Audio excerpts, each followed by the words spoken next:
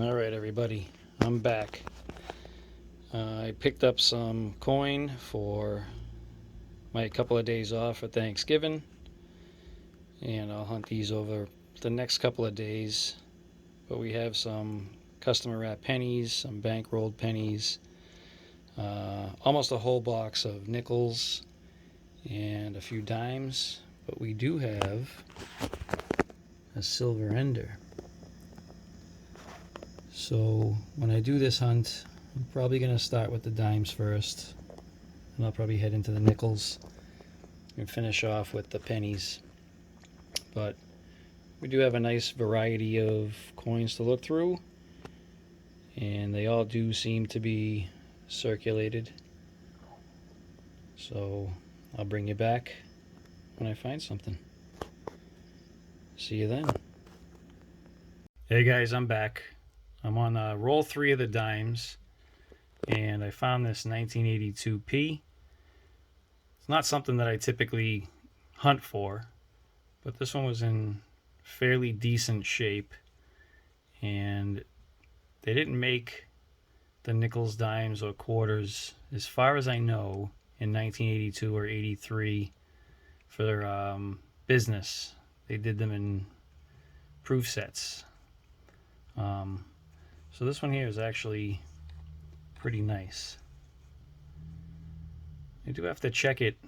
I'm not sure if they have a DDO or DDR for this, because the letters on the reverse, they look kind of thick, and that could just be dye deterioration, but I'm gonna have to do a little bit more research. But I did find this. The other coin that I found was a 1970 with the proof reverse. I don't know which 70 it was. Standard 1970p. So I might hold this one aside. I do have some. I'm kind of looking for one that's in better shape. This one has all kinds of scuff marks on it. But in case you were wondering, the 1970 and 69 have a proof reverse, which has these lines in them, in the torch. That would be an indicator that it's the proof reverse. All right, I'll bring you back in when I find something else. All right, guys, roll 4. I have this 1969D, decent shape.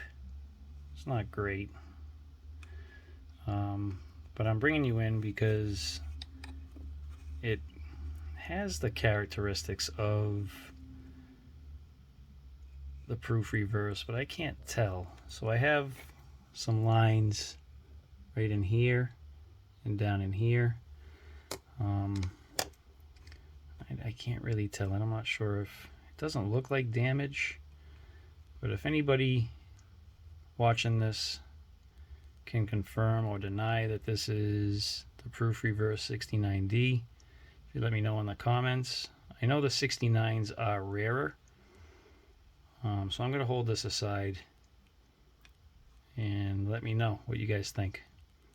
All right, on to roll 5. I'll be back. All right, guys, I'm on roll 6. This is the roll with, I believe, was a 64 ender.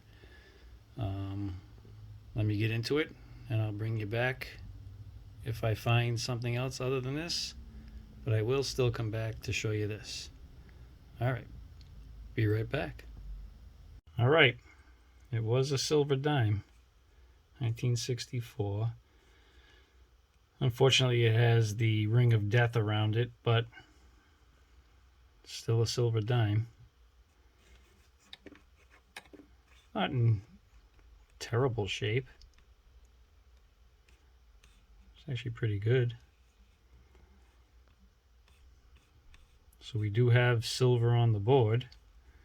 And I did also find another 69D, which is funny because I hardly ever come across 69Ds.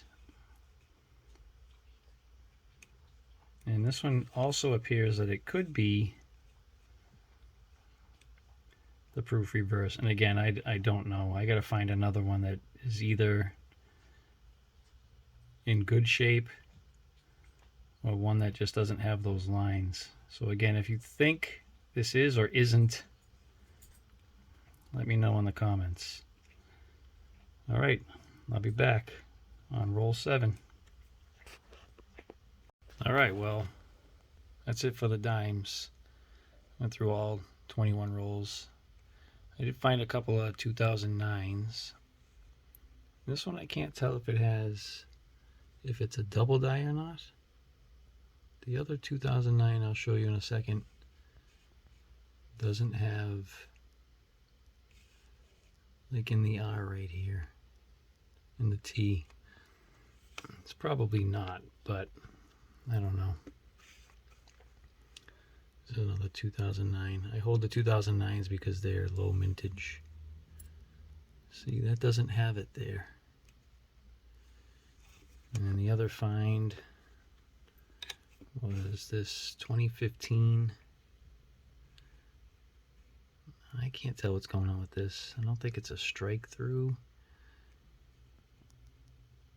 I don't know.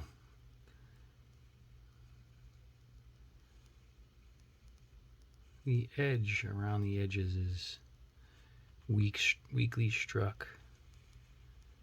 But Roosevelt himself looks pretty good. And then on the other side, it's kind of like the same thing. With the torch, E pluribus unum. It all looks good. So if you guys know what's going on here, I mean, there's some radial lines going throughout both edges to the interior of the coin. If you know what's going on here, let me know in the comments. And I'll be back with first find in the nickels. See you then. Hey guys, we're back with nickels. I'm on the third roll, and we have a 1942 Philly and a 1953 Denver. All right, I'll bring you back when I find something else. Okay, roll 9 produced a 1939. Pretty beat up. It is a Philadelphia mint. Not the DDR. But still a cool find. Very old nickel. I'll bring you back on the next one. Okay, roll 10 has us a 1940. It would have been a nice shape if it didn't have these scratches on it.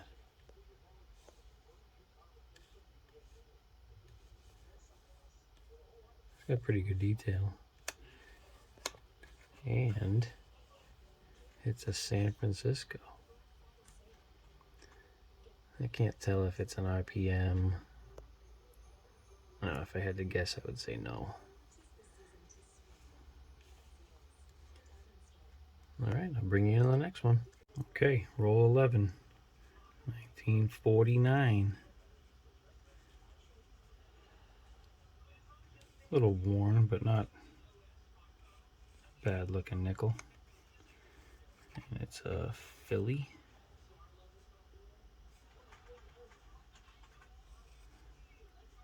And then we also have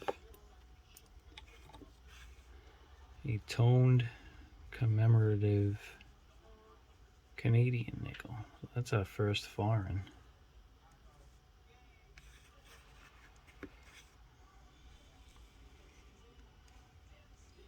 It's a pretty nice looking coin.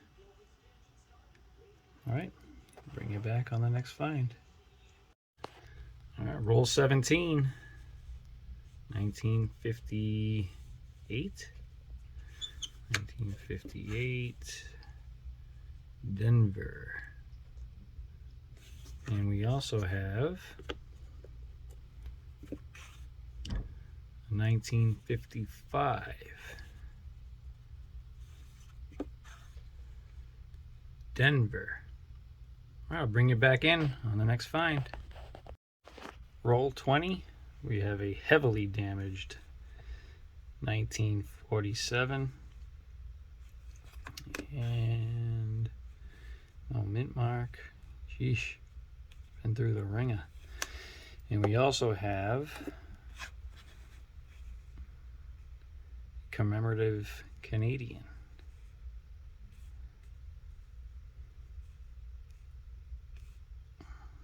All right, I'll bring you back on the next one.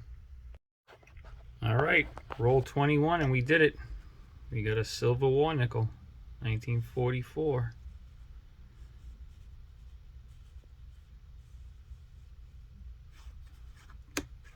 Nice Philly. I don't know much about any of the repunch mint marks or any kind of the errors on these, but we got silver. Okay, bring you back on the next one. Okay, roll number 23. We have a 1958 Denver. Bring you back on the next find. All right, roll 26, and I had two 1939s back to back. I did not look at to see if they have a mint mark yet, so we're gonna do that together. Some damage at the top. All right, let's see. No, unfortunately no mint mark, and I don't see the doubling on Monticello. Let's check the other one. This one's actually pretty nice, pretty decent condition considering how old it is. All right, let's see. And no mint mark, and also no doubling. All right, bring you back on the next find. Roll 27, a couple more finds. 1954 Denver. Looks like damage. And 1959. Also Denver. Okay, bring you back on our next find. Roll 31 produced a 1954 Denver. And then on roll 29 I did find a euro. Appears to be copper from 2018. All right, bring you back on the next one. Roll 32 gives us a 1947.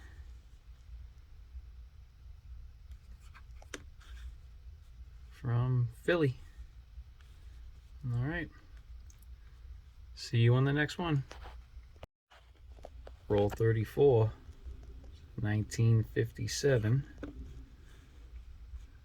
Out of Denver. Looks like just damage. Okay. Bring you back for the next find. Roll 34 coming in with two finds. A 1958 Denver and a 1946 also Denver, and I have no idea how to tell if it's a Henning. If anybody knows how to tell, it has something to do with the R and the weight. I don't have my scale available right now, but if you know how to tell, let me know in the comments. All right, bring you back on the next find. Roll 35 gives us a 1947 out of Philly. All right, so I have 10 rolls left for the nickels. What I'm going to do is I'm going to hunt the 10 rolls, and I'll bring you in on the finds. So see you after this. Okay, so those final 10 rolls produced 3 nickels, a 57D,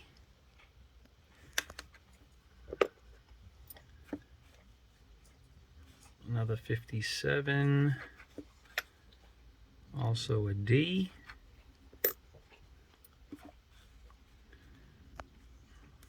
47, Philly, and an 84 Canadian. Not in bad shape. Oh well, get some gunk.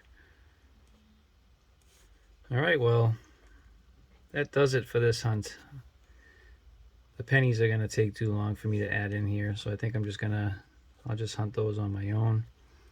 But I want to wish you all a happy and safe Thanksgiving, and enjoy some time with your families.